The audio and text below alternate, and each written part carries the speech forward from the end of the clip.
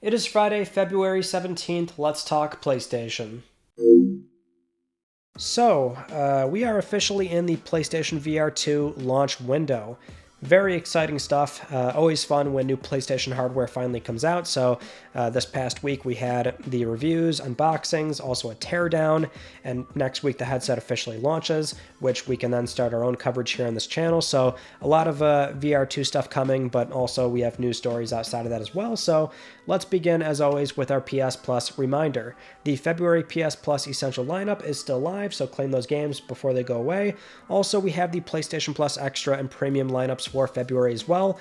They go live on the 21st, and wow, I'm not sure if easily is the right word here, but I would say, at least in my view, this is the best PS Plus Extra and Premium lineup we've had so far. So for Extra, it's Horizon Forbidden West, The Quarry, Resident Evil 7 Biohazard, we've got Outriders, Scarlet Nexus, Borderlands 3, Tekken 7, Ace Combat 7, Earth Defense Force 5, I Am Setsuna, The Forgotten City. I mean, we are talking banger after banger after banger. So many good games, and all varied genres as well, so a little something in there for everyone. And you can see what they're doing here with Forbidden West, where, that's the standout big title there, a little over a year old, but they're placing this in a way where it's very strategic, right? So the game's already seen a bulk of its sales, but it's very close to the Burning Shores DLC, so by the time most people say jump into it, play it, maybe they can put it down for a month or two. Burning Shores launches in April, so you can see how they're lining that up, which, it's been a little over a year, and it's one of those things where, of course, we're seeing comments, or at least I am, of like begrudgingly, folks being like, oh, it's already on Extra a year later, like what's going on? But like, we gotta let go of this weird hindsight that happens with like so many products, not just video games, right? It's always gonna happen. You buy day one, you're going to sacrifice the opportunity of something being cheaper or better or improved down the road, or complete editions, or the game going to a subscription service. So maybe a year seems soon-ish, but I mean, it's just, that always happens. So bit of an eye roll moment seeing that, but otherwise, I digress. It's just Extra is looking insanely good this month. I think the best so far. But for PS Plus Premium, we have The Legend of Dragoon PS1, Wild Arms 2 PS1, Harvest Moon Back to Nature PS1, and Destroy All Humans, which is the PS4 remake, not the emulated PS2 title on PSN. So this would still fall under Premium, but just in the remastered category. But the reason why this is the best PS Plus Premium lineup is that one, the bar is set very low here, so we're still looking at the same paltry 3-4 games at a time, unfortunately. I would like more, but it's the quality, right? So, right off the top, I am a huge fan of Destroy All Humans. I think that's such a quintessential PS2 title where it's not quite a platformer, but it's a really fun third-person shooter with, funny dialogue and writing, and it's just a very quirky game that's of its time, and I think it's aged beautifully. Having said that, for PS1, Harvest Moon, Wild Arms 2, I mean, those, I think, speak for themselves, but also Legend of Dragoon. So this is an OG Japan Studio title on PS1, a JRPG. I'm sure many PlayStation fans have heard of this game in some way, shape, or form, especially with a lot of folks wanting a remaster or really a proper remake. But this is one where I would selfishly want trophies for this game, which Sony has been, keen on doing lately. So maybe it will have a full trophy list, which would be so cool to, have an excuse to go back and play that game.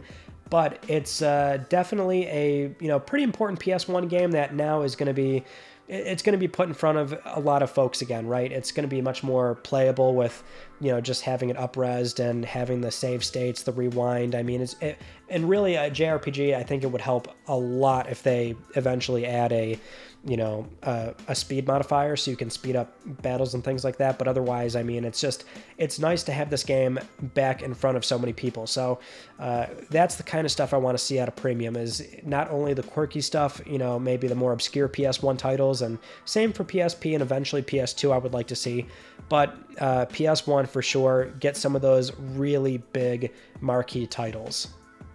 Anyway, let's move on to a last call here for some games leaving PS Plus Extra and Premium, which, apologies on me not bringing this up sooner because these games are all leaving on the 21st, so you do have enough time to play at least one of them, or at least try many of them before they leave, but this is your last call to play Metro Exodus, Saints Row the Third Remastered, Grand Theft Auto Vice City, the Definitive Edition, also things like Pure Farming 2018, the Turing Test, Rad Rogers, Whispering Willows, so enough time to at least try some of those titles, so if there's anything in there that piques your interest, now is the time to play those games.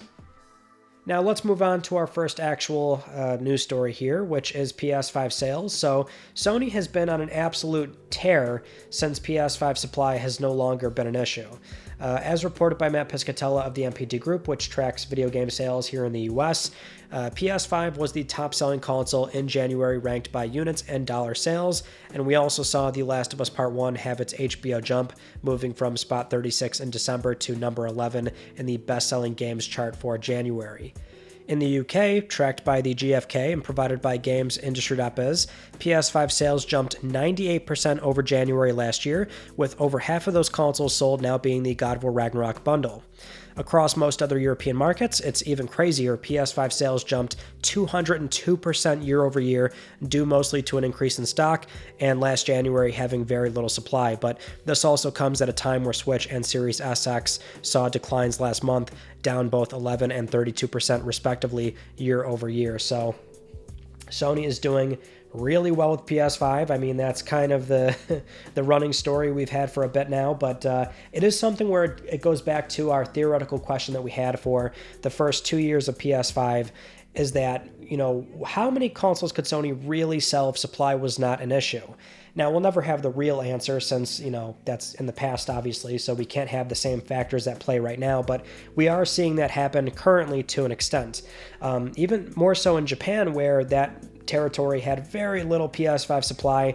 Now it's got a ton, and that goes into our next story, where PS5 consoles there recently broke nearly 100,000 units in 1 week for the week ending February 5th, as reported by Famitsu. But something very strange happened, which is that no PS5 games broke the top 10 for the Famitsu sales chart. Now, we always see this with PS5 stock anywhere. When new consoles get sent out there, normally PS5 games will, chart on the list in some way because people are buying consoles and games for their consoles. So why is this not happening in Japan? Now, it is important to note that digital data is not tracked in Japan, so that could be a factor for sure.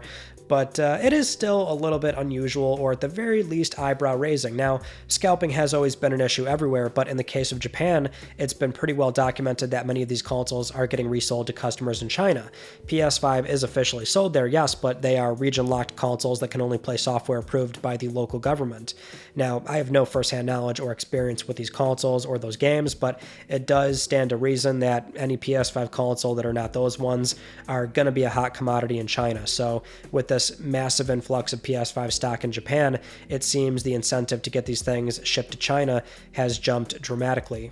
There's a really good Twitter thread from @JodyDay explaining the situation with a lot of photos, as well as documenting what's been going on over time. So definitely a very peculiar situation, because this could still pose a problem for Japanese customers. We can't say definitively. I mean, it could be something where, again, digital tracking is not available. Consumer habits are different, so we can't say for sure. But in a territory that's done, lottery systems, ID requirements, writing names on boxes to lower the resale value. Japanese customers should now be able to buy a console for personal use in Japan. Really, this might not even be a problem if there are enough consoles to go around. It's just more an issue for Chinese customers having to pay a premium for a console that's more favorable for the software they want to play. Because as long as Japanese customers, or at that point global supply, but Japan just makes more sense financially for the shipping fees. As long as everybody can just buy a system whenever, it shouldn't be a problem, but it is something where I'm fascinated by this situation, so I'll keep my eyes on it, see if anything pops up, but it does suck that this may still be impeding Japanese customers from buying consoles. Moving on to PlayStation VR2. So this past week we had most of the coverage go live for the unboxings, reviews, teardown, and the unboxing was fairly straightforward. I showed footage of that last week, which, there's not much in there to really see. Sony nowadays is pretty diligent about keeping a low profile for their CO2 footprint, which is good. But they do recommend you can use that box as a storage unit for PSVR 2, which is cool. You can kind of do that for most products, but you can see how it's a bit more conducive to it, where it opens and closes, and it's it's set up perfectly for you to place it in there. So that's pretty neat. But in terms of actual reviews, so across various publications like IGN, VGC, Push Square, GameSpot, Ars Technica, they were all generally, very good. I mean, a lot of them were praising the headset in terms of the resolution, the improved tracking, the haptics, and so on. The New York Times, however, they were not nearly as impressed. So getting into drawbacks and common criticisms, it does come in for the price and the lack of exclusive software at launch, which weird for at least the launch titles, because I feel like that is the one thing that had a big U-turn. Because, again, yes, it's a lot of titles coming from MetaQuest and PC VR, but I just feel like that's so much less important for the VR space. Unless you're a diehard VR player and you're playing on multiple VR headsets and you played most of these games, then sure, it'll be a problem. But I mean, we're talking about a lot of games at launch. It's just there's so much here, and some of them are fairly big titles like RE7 RE Village, Gran Turismo 7, Call of the Mountain, and that one we had reviews for, which Call of the Mountain has been mostly positive as well. Not so much for the combat. That seems to be the one weak area. I think that was kind of saw that one coming with the whole ring layout, right? In fact, it seems like combat in the game is not really a big thing, where it's maybe 10 battles throughout the entire, 8 to 10 hour experience, which is fine with me because it does look like more of a kind of a spectacle when it comes to looking around and the traversal and using the bow and arrow and things like that. More immersion-based things that it's still a full-length game, but I feel like it would be very hard to do the standard 2D Horizon combat well in VR, but either way, still something where it seems like the game was reviewed positively. Now, the teardown video. So Sony put out 2 teardown videos, one for the PSVR 2 headset, the other for the Sense controllers. These were done by Takamasa Ariaki, who led the design of the first PSVR headset, and he did the PSVR 2 teardown. And then there's Takashi Igarashi, who led the design of the VR2 Sense controllers and also the DualSense, so he did the teardown there. It's really cool that Sony actually does this for all their hardware. I like this trend a lot. It's nice that they're proud of their hardware and they have nothing to hide, and they don't mind, tearing it down and putting it all out there. Of course, they're videos where they jump around a bit, so it's not like it's going to be that fast to tear these things down. I've never serviced the first PSVR headset, but looking at like watching the standard teardown for the main unit just looked like a nightmare. Not to say that the thing would be something that you have to repair often, but I would not want to repair that thing, because with all the the gaskets, the clips, of course, all the screws, which are always a pain to deal with, but also the twisting mechanisms and things like that for the actual latch and the headset and the lenses. It just seems like that thing would be a pain to try and service. So, but it's still cool to see that Sony has that transparency to show us a teardown of their hardware. Now, amongst all this coverage, there was one thing that popped up for PSVR 2 that I thought was worth bringing up here, and it's probably the struggle that I think a lot of smaller devs find themselves in when it comes to offering free upgrades. So, over on Twitter, Jeff Minter, the founder of Llamasoft and developer of PSVR game Polybius, said this on Twitter, where they say, and I quote here, "Mentioned this on Masta, thought I'd do so here too. On the one hand, yes, it'd be nice to do an updated Polybius on PSVR 2. On the other hand, is everyone who already bought it on PSVR 1 going to expect to get PSVR 2 versions as a free upgrade?" Then somebody responded saying, and I quote, "I would love to see Polybius get 4K 120 support for PS5 outside of VR. PSVR 2 support would be awesome as well. I think most players would expect PSVR 2 support to be free." Jeff responded with, "I would hope they would not expect it to be free. It's not just a case of recompiling in PS5 mode, it'll take a lot of work to bring it up in PSVR 2. How can two guys already working for next to bugger all afford to do all that work for free?" If I had to guess, I would say a lot of smaller devs, in particular for the VR space, are probably thinking this right now, and some are saying it with the paid upgrades, or in the case of Mossbook 1 and 2, you have to pay for it again if you owned it on PSVR 1. And that is the difference, is it's the VR space, right? So this console generation, we got so accustomed to free upgrades, there's a lot, and I thought at the start of this generation that, oh yeah, devs and pubs are totally going to charge for these games again, but there is a difference. You know, prior generations, we had these bespoke console architectures, and so financially it was often a requirement for those more complex port jobs. And so it's cool that we're in a different time nowadays where the generations are principally very similar, so, you know, shipping a native PS5 release often is pretty straightforward, and at least it's financially viable to offer a free upgrade for current owners. VR is different, though. You know, we've heard before on many developer accounts that if you're coming from, say, MetaQuest, you know, not too bad, but if you're coming from PSVR 1, well, it kind of goes back to not exactly bespoke architectures, but bespoke tracking. So that becomes an issue, right? So it becomes a lot more work. And for a VR, well, for the VR market where it's very niche, you know, you kind of assume that, or at least VR developers, I think, understand that, okay, we've got a lot of the same buyers. You know, is this new headset going to attract enough new buyers to where I'll sell, you know, new copies of this game, or am I just going to benefit, you know, all the current owners of this game, which is not a bad thing, but, you know, people have to put food on the table. They can't work for free, right? This is a business, so I know people look at this stuff and they kind of default to the, you know, the greed and the, you know, this dev and pub, or, you know, why can't they offer a free upgrade? But that is the reality of the situation. So just some food for thought, because I saw this and I thought, well, yeah, that makes a lot of sense, and it's probably an internal struggle that a lot of devs are facing right now, is, you know, considering doing a PSVR 2 version if they are coming from a PSVR 1 version. All right, let's move on to some game news here real quick. For The Last of Us Part 1, the PC version is getting a Firefly edition on PlayStation Direct. So obviously it's not PS5, you won't have a PS5 disc, but you'll get a code for Steam and all the goodies that the Firefly edition had before. So even a steelbook, which is, you know, cool. But, you know, if you're a big Last of Us fan, and it's also available in the US, so we all saw the Firefly edition here, sold out very quick, but this is still, you know, at the time of filming this, available on PS Direct. So just putting it out there. If you want this, you better grab it now. Moving on to God of War Ragnarok. Now, fair warning, but the story is going to get into spoilers for the 2018 game and Ragnarok as well, so if you haven't played yet, you know, cover your ears, jump to the next story, do whatever, but in 3, 2, 1...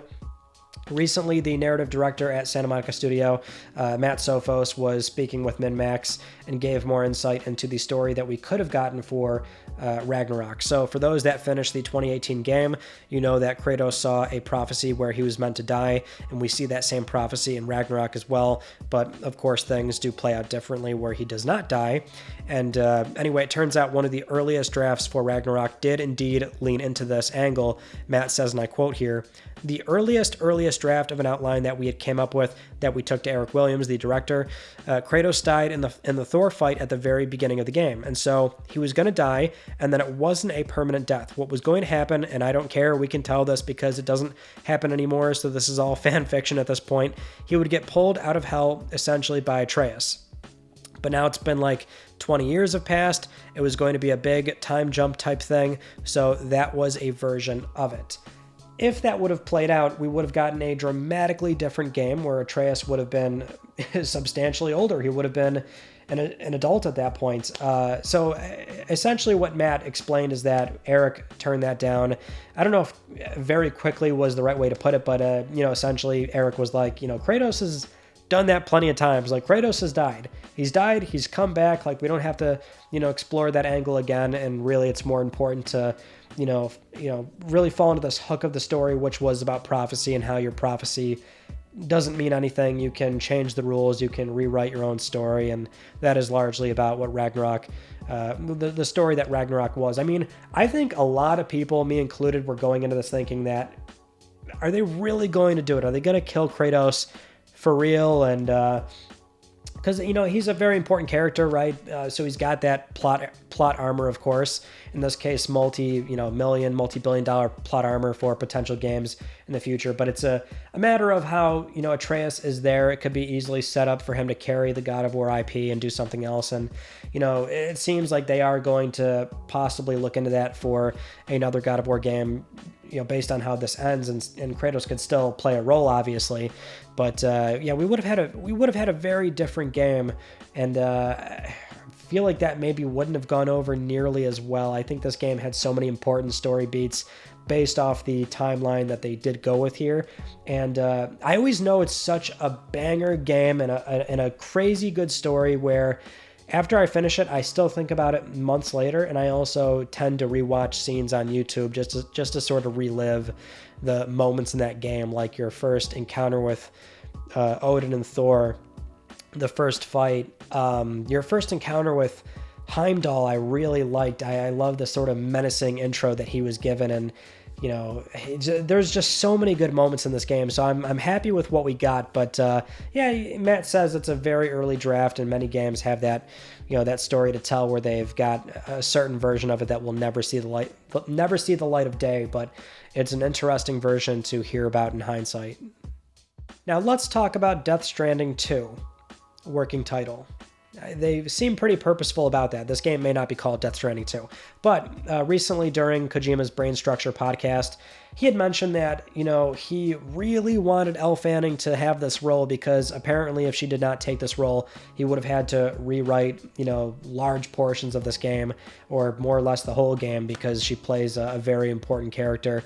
And, a lot of creatives do say this. They've gone on record to say that they have a particular actor in mind for a role, and if they can't get that actor, they either don't even want to do the project or they have to change it in a way, which always fun to hear that creative process and the sort of the methodology behind that. We may not really understand that even when we're playing the game by the time it comes out, but hopefully he elaborates further on that just to get a better idea of what he's talking about. But half the time Kojima says wild things that it's really hard to understand or process what angle he's really going for here. But at least we get to go through another Death Stranding news cycle where we have to theorize what is going on in this crazy universe that makes no sense on paper, but by the time we play it, we might have a somewhat better idea of what actually plays out. Anyway, getting into our next story, we have a rumor from Tom Henderson writing for InsiderGaming.com where apparently Sony is working on new headsets, or rather one new headset and new wireless earbuds that are, I guess, more specifically targeted for PlayStation 5, which would release around the end of this fiscal year, which would then be around the end of 2023 or going into the first quarter of 2024.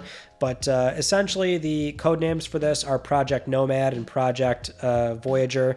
So Nomad is the earbuds. They'll have like a 5-hour battery life and come with a USB-C charging case. And then for Voyager, this would be similar to the InZone H7 headset, which, that headset recently came out, and that's not quite a PS5 branded headset. They'll certainly market it as such, but it's more of a Sony general electronic or a gaming electronic. That's the InZone brand, is their, Sony Electronics gaming arm at this point. But Tom does theorize that perhaps Sony is targeting these accessories for the launch around the updated PS5 model, which would maybe be a roster or a slate of refreshing the PS5 category, right? So the console, maybe more accessories than just this. The wireless earbuds do sound cool. I mean, Sony as a electronics maker are very well positioned to do all these things. It's really more a matter of how PlayStation branded it is, right? I mean, is this going to be a genuine SIE accessory where it's very much, marketed as a PS5 accessory officially? Or is it something where it's more from Sony and they just say like, oh, and it works great on your PS5 too? Sounds like it's more of an SIE thing, so I guess we'll keep our eyes on this and see what happens. But wireless earbuds would I think would be a great option for those that maybe don't want the more, bulky headsets. Moving on to our latest update for the Microsoft acquisition of Activision Blizzard. So recently, Reuters and Foss Patents are reporting that Microsoft is going to attend a hearing with the EU to make Reuters calls it a last-ditch effort to appease regulators and bring up concessions and things that they're willing to do. And Foss Patents is claiming that Sony is going to be present and that there could be some sort of, courtroom style battle there where Sony's going to make comments and Microsoft will make comments, and not sure how much of that we'll really find out by the 21st, if that, how that played out or, what was true. But what we can say is that the UK CMA published a new document recently, which was focused on 6 third parties and their responses to the possible this possible merger, right? So here's the important things that you need to know. So these third parties are all considered competitors or potential competitors with the merged entity in the console services or cloud gaming services space. These third parties were questioned on their relationship with Activision and other developers and publishers, their views on competition in console gaming, their views on the likely evolution of cloud gaming, and their views on the merger. Really, the main point here is views on the merger, line 20, where it says, 2 of the third parties did not express concerns about the merger, while 3 contended that the merger would have a negative impact on competition, including by affording Microsoft the ability and incentive to foreclose potential and existing rivals in the console buy-to-play, console multi-game subscription, and cloud gaming spaces. One third party commented that it was too early to determine what the impact of the merger would be. So, unfortunately, they're all unnamed. We don't know who they are, but one of them is probably Sony, because their arguments in one line is like beat for beat something Sony would say, so it's probably them. But just based off the sheer number of responses, where it's 3 that have concerns with the deal, that means 2 are not Sony, but we've seen before that Nvidia and Google raised concerns, so it could just be them again. And then you've got like Amazon, Apple, and whoever else that are maybe a bit more neutral or careful about the deal, but otherwise we're seeing more fuel being thrown into the fire for the CMA scrutinizing this deal, which at this point, I said the entire way through with everything that's been said that I feel like it's still going to go through, and now, I think now I'm not so sure. It's just a bit wild, so obviously, I'm no expert. I try to understand these things the best that I can, and so at least it was always my understanding the entire way through that this was likely going to go through, and Microsoft would easily be able to fight all this. But if they've got this many bodies against them, right? If they can't get approval in most situations, and then just kind of deal with the repercussions in 1 or 2 of them, then it's going to be then they might seriously consider walking away from the deal. But they seem fairly committed, so I don't know at this point. I do want to just have a resolution at this point. I don't care what happens, but I just cannot wait to see what happens at the end of this thing. Now, with all that said, it is time for Let's Talk Plus, the weekly Let's Talk PlayStation giveaway where one of you can win a $10 PSN code. I would like to congratulate this viewer right here. I'll be contacting you very soon via email or Twitter, and if you would like to win a $10 PSN code, it's very easy. You can follow the link down below. Supporting this channel a number of ways can gain you an entry, and I'll announce the winner next week because I'm trying to help pay for your games.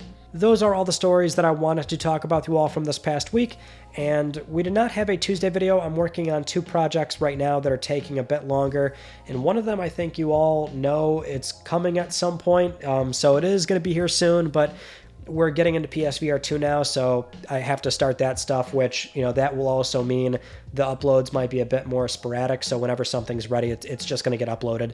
It's not going to be, strictly a Tuesday upload, but we'll probably have 2 or 3 things relating to PSVR2 in the coming weeks, so you can at least know that that's coming, but otherwise, that's pretty much it, so that concludes this week's episode of Let's Talk PlayStation. I'm Ryan Benecki. Thank you all so much for talking with me, and I will see you all next Friday.